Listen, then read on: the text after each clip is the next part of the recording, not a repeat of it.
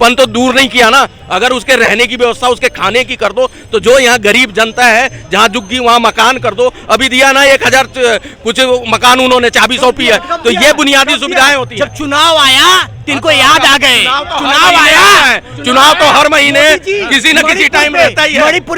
मणिपुर पे मोदी जी को मणिपुर पे बोलने के लिए चुनाव कौन से टाइम नहीं रहता, ये बताओ। चुनाव आया, देश में एक चुनाव की बात हो रही है ना, वन नेशन वन इलेक्शन की, उस पे भी बिल मिला रहे हैं, कह रहे हैं मुसलमानों को खतरा होगा, कांग्रेसी बोल रहा है। तो ये कहां से कहां पहुंचे हुए हैं, देख लो ना।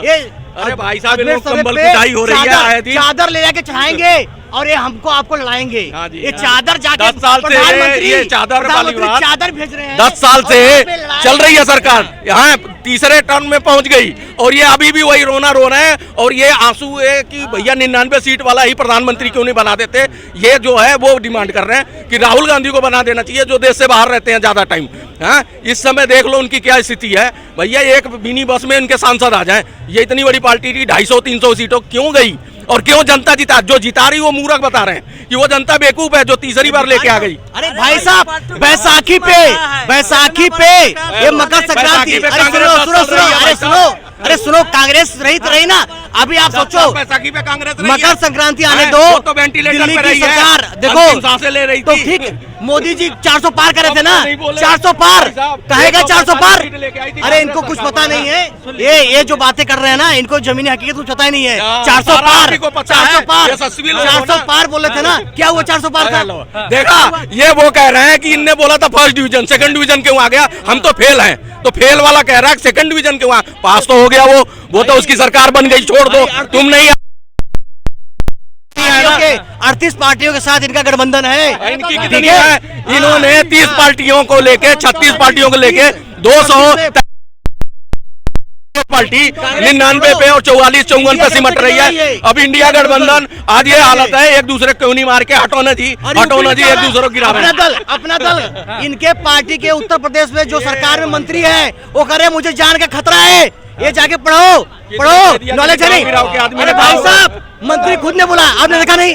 आप पत्रकार हो, आप अगर मीडिया में अगर रहते हो तो आपको ये सुना नहीं सुना? आशीष पटेल वहाँ के जो उनकी पत्नी जो है कैबिनेट मंत्री हैं केंद्र में और राज्य में वो मंत्री हैं, वो कह रहे हैं हमारी जान को खतरा है। तो पप्पू यादव भी भागे फिर रहे हैं, तो उनका भी जान का खतरा था। आपकी सरकार है, आपकी सरकार, पप्पू यादव सरकार बिहार में नहीं है, बिहार में नहीं है। अरे बिहार में सरकार किसकी है? कैसी बातें कर रहे हो यार? सुन तो लो, जो तुम इधर उधर का निकाल के लाते हो, फलाने कह रहे हैं, ढिकाने कह रहे हैं, वो बीमार पड़ गए। अगर कोई मंत्री कह रहा है, कोई मंत्री कह रहा है मुझे एसटीएफ से डर लग रहा है, और उन्हीं सरकार के मंत्री, तो ये तो सरकार लगना चाहिए भाई साहब। नेताओं को हमेशा सिस्टम से डरना चाहिए। ये बात हमें डंके की चोट पे कहता हूँ, चाहे नरेंद्र मोदी हो चाहे कोई भी हो, सिस्टम से डरना चाहिए, संविधान से डरना चाहिए। और वो भय मेरे को अच्छा लगता है। ये भाई साहब उसकी भी बुराई निकाल रहे हैं कि डरना बहुत बड़ा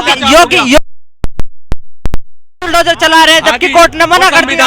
संविधान ये लोग गए ना, 20 बार जा चुके हैं, यहाँ से फाइलें ले लेके वहाँ पे जाके 30-30 लाख के वकील लगा के बुलडोजर रोक क्यों नहीं लगा दिया सुप्रीम कोर्ट? आज भी चल रहा है कानून। सुन लो, कानून के दायरे में जो काम हो रहा है वो आज भी हो रहा है। ये मत कहे वो लगा दिया, रोक लो। अरे सुनो, आज देखो सत्ता ये आई है, सत्ता जाएगी, जो बोओगे वही काटोगे। आज नफरत बो रहे हो ना, तो नफरत ही काटोगे। और ये बिना परिवार के लोग हैं, विधवा विलाप करते आ रहे हैं 10-12 साल से। ये हो जाए, होना कुछ नहीं है। रमेश बिदुरी लोकसभा में क्या बोला था? आज प्रधानमंत्री उसको मुख्यमंत्री चेहरा बनाया है दिल्ली में, और विधानसभा चुनाव लड़ रहा है। रमेश बिदुरी विधानसभा चुनाव लड़ रहा है।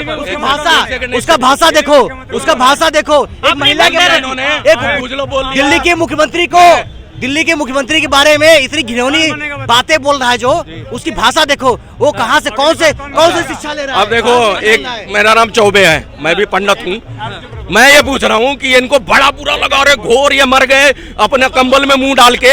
इनसे पूछो, लालू यादव ने कहा था हेमा मालिनी के गाल के तरह सड़कें बनाऊंगा, वो सामान्य परिवार से थी, उस पर कोई माफी नहीं मांगना है। इसने कह के नवेश बुगुड़ी ने माफी मांग ली, फिर भी ये भाई साहब विधवा विलाप करे जा रहे हैं। ओ भाई सुनो सुनो सुनो, अरे सुनो, देखो इनका कई साल पुरानी की बातें, ये भाजपा के लोगों का दिमाग खराब हो गया है। ये दिल्ली चुनाव में इनके पास कोई मुद्दा नहीं है विकास का। केजरीवाल ऐसा चाटा मारेगा ना, ये भाजपा के लोग जाके संघ में जाके गिरेंगे। इनके पास कोई मुद्दा नहीं है, मुद्दा नहीं है। अरे भाई साहब, इनकी बौखलाहट और इनकी बातें मेरे को अच्छी लग रही हैं। कह रहे केजरीवाल ऐसा चाटा मारेगा वो वहां गिरेंगे, जो कि खुद फंसा हुआ अपने मकड़ जाल में, वो खुद हताश और निराश है और खुद परेशान है कि भैया मेरे को कब जेल का बुलावा आ जाए, कब तिहाड़ में पहुंच जाऊं। और दूसरी चीज ये कह रहे हैं ना केजरीवाल, तो केजरीवाल ने 50 सीटें बदल दी डर के मारे, और केजरीवाल को अब डर लगने लगा, पहले नहीं लगा था। अरे अवसर देंगे, नए नए लोग आएंगे, इसमें कौन सी बात है भाई? नए चेहरे आएंगे, नए चेहरे आएंगे। भाजपा सुनो, जिसपे ईडी सीबीआई का करप्शन का केस चलता है, वो भाजपा अपने पास ले लेती है। शरद पवार के भतीजे 1000 करोड़ 1200 करोड़ का उनके ऊपर केस चल रहा था, उनका केस क्लीन चिट हो गया। तो इनकी वॉशिंग मशीन, इनको मुबारक कह रहा हूँ केजरीवाल को एक टिकट इन भाई साहब को भी दे देना चाहिए, इनको भी मौका दे दे, ताकि ये भी घोटाले में थोड़ा बहुत रहे। केजरीवाल ने आधा से ज्यादा कैबिनेट जेल भिजवा दिया, ये भाई साहब कह रहे हैं नए को मौका देना चाहिए। अच्छा नए को सुनो, आप इतना दिन से आप मीडिया की बात, इतने जितने लोग हैं, मैं आपके बात से सहमत हो जाऊंगा। आप बताओ, जितने राज्य में बीजेपी की सरकार है, वहाँ भ्रष्टाचार नहीं हो रहा है?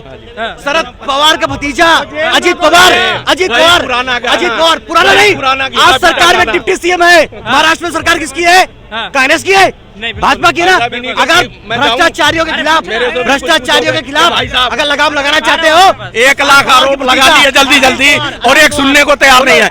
ये कह रहे हैं इनके पास कांग्रेसी था। हाँ, जितने कांग्रेसी हैं, मतलब जिधर हाथ डाला बीजेपी ने, जिधर भी अंधेरे में पकड़ा, जो पकड़े गए वो सारे वही भ्रष्टाचारी। उनको बोला भाई चल यहाँ खड़ा हो जा, अब भ्रष्टाचार मत करियो, अब यहाँ पे सही से काम कर। और जो बीजेपी भ्रष्टाचारियों को क्यों उठा के ला रही है? भाई साहब करे क्या, जिस खेत में फसल ही